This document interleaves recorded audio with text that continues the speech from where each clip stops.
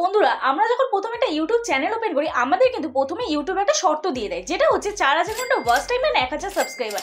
এইবারে তোমার চ্যানেলে যদি 1000 সাবস্ক্রাইবার আর 4000 ঘন্টা ওয়াচ টাইম কোনো একটা ভিডিওর মাধ্যমে হয়ে যায়, তারপরেও এমন অনেক চ্যানেল থাকে যে চ্যানেলগুলো কিন্তু রিচ খুব ডাউন হয়ে যায়। এটা কেন হয়ে যায় আজকে এই ভিডিওতে সম্পূর্ণ তোমাদেরকে বলবো। তো দেখো বন্ধুরা, বড় বড় চ্যানেলে যখন ভিডিও ভাইরাল হয় তাদের ভিডিও কিন্তু পরপর ভাইরাল হতে থাকে, আর একটা ভিডিও যদি তাদের চ্যানেলে ভাইরাল হয় তারপর কিন্তু তাদের চ্যানেলে লাভ পুরো ঘুরে যায়। কিন্তু তোমাদের চ্যানেলে কেন হয় না? ইউটিউব কিন্তু প্রত্যেকটা চ্যানেলে একটা করে সুযোগ দেয়। সেটা কিরকম দেখো, প্রত্যেকটা চ্যানেলে কিন্তু সেটা আলাদা আলাদা ভ্যারি করে। 100টা ভিডিও তোমার চ্যানেলে যদি হয়ে থাকে তারপর তোমার কোনো একটা ভিডিও ভাইরাল হবে, বা তোমার চ্যানেলে যদি 50টা ভিডিও হয়ে থাকে তারপর তোমার চ্যানেলে কোনো একটা ভিডিও ভাইরাল হবে।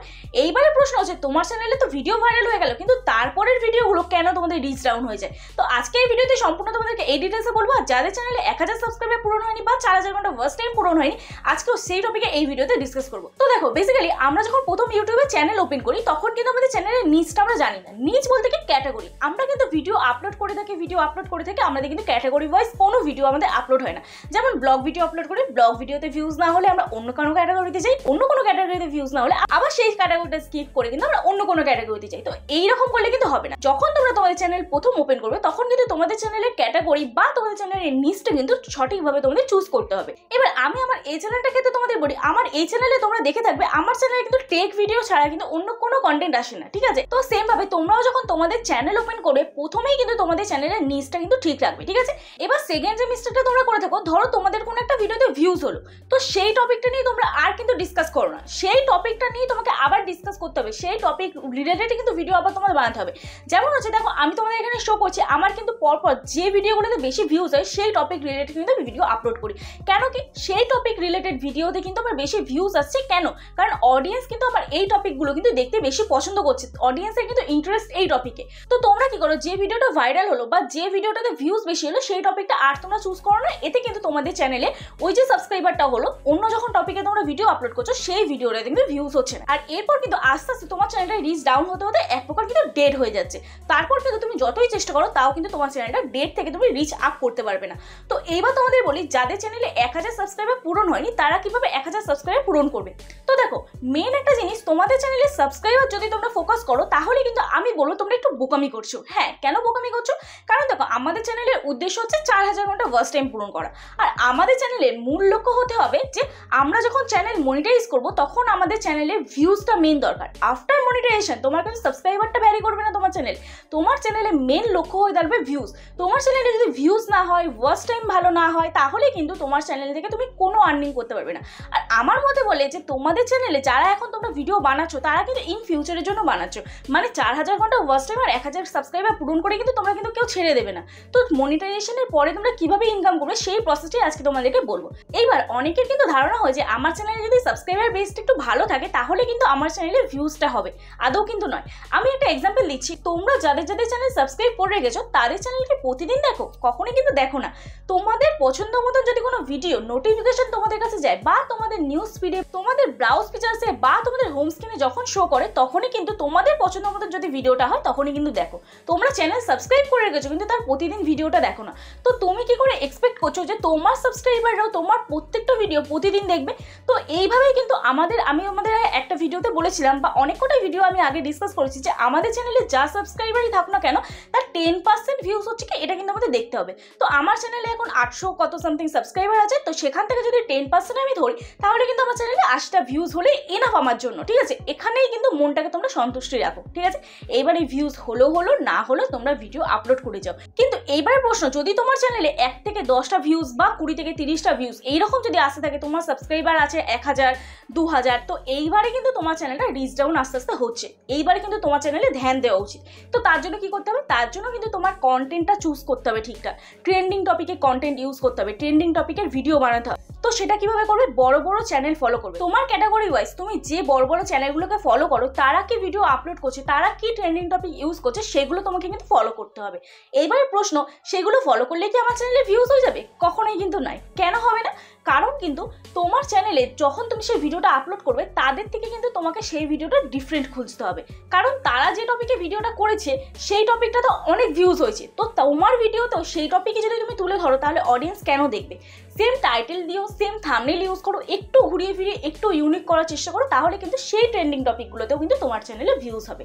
এইবার বলি তোমাদের চ্যানেলে 4000 ঘন্টা ওয়াচ টাইম তোমরা কিভাবে পূরণ করবে। যাদের চ্যানেলে 1000 সাবস্ক্রাইবার পূরণ হয়ে গেছে তারা 4000 ঘন্টা ওয়াচ টাইম কি করে পূরণ করবে।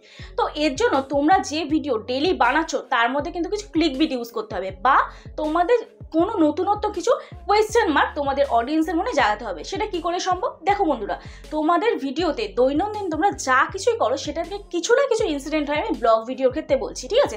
তো সেই ব্লগ ভিডিওর ক্লিপটা তোমাদের কিন্তু কিছু সামনে ইউজ করতে হবে, আর সেটাই কিন্তু তোমাদের টাইটেলে ইউজ করতে হবে। অডিয়েন্সের মনে যখন কোয়েশ্চেন জাগবে তখনই কিন্তু অডিয়েন্স রিটেনশনটা বা অ্যাভারেজ ভিউ ডিউরেশনটা কিন্তু তখন ভালো হবে। তোমাদের চ্যানেলে বর্তমানে অ্যাভারেজ ভিউ ডিউরেশন কতটা আসে তোমরা কিন্তু প্লিজ আমাকে বলো।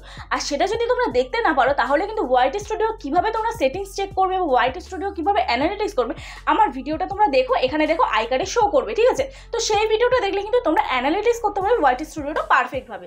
এইবার তোমাদের বলি, তোমরা তো অনেকেই জানো, যারা আমার পুরনো ভিউয়ার্স রয়েছে তারা কিন্তু বেশিরভাগ সবাই জানো যে আমার আগে একটা চ্যানেল ছিল, সেই চ্যানেলে কিন্তু 5000 সাবস্ক্রাইবার গেইন করে ফেলেছিলাম মাত্র কিন্তু 4 মাসের মধ্যে। তো সেটা কি করে পসিবল হয়েছে? সেখানে আমি কিছু সিক্রেট ট্রিক্স লাগিয়েছিলাম আমার নিজের বুদ্ধিতে, আবার বলতে পারো আমি কিছু টেক চ্যানেলের বুদ্ধিও কাজে লাগিয়েছি। তো সেটা করে কি করেছি, আমি আমার ফেসবুক পেজে বা ফেসবুক প্রোফাইলের মধ্যে আমি ইউটিউব চ্যানেলের লিঙ্কটা কিন্তু কপি করে পেস্ট করে দিয়েছিলাম।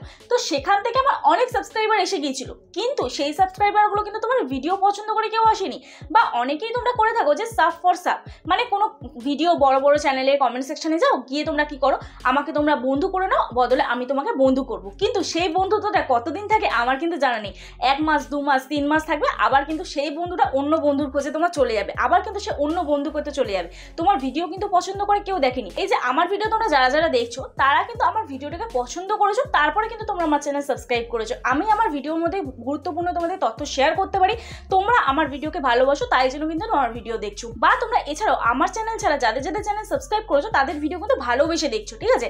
জোর করে কিন্তু তোমরা কিন্তু সাবস্ক্রাইব করোনি বা জোর করে কিন্তু ভিডিও দেখতে চাও না। তো এটা দিয়ে কি হয়, আনঅ্যাক্টিভ সাবস্ক্রাইবার যখনই তোমার চ্যানেলে ঢুকে যায় তখন কিন্তু তোমার চ্যানেলটা আস্তে আস্তে রিচ ডাউন হয়ে যায়। কি করে হয়ে যায়?